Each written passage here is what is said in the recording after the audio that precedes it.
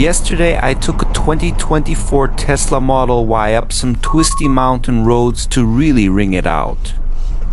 The chassis is stupid stiff in a good way and turn-in is razor sharp.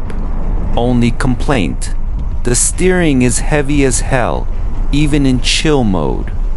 You gotta muscle that wheel, no free lunch. Obviously a big ass crossover like the Model Y isn't gonna dance through the canyons like the little Volvo X30 I drove before, but honestly, it still felt planted as hell and super confident for something this size. Then shit got real. I'm hauling ass downhill, hit a left-hander, and there's a car just sitting dead still in the middle of the lane. No hazards, no nothing. Dude just parked it like he's waiting for Uber on the freeway. I was maybe 2 seconds from rear-ending him at full speed.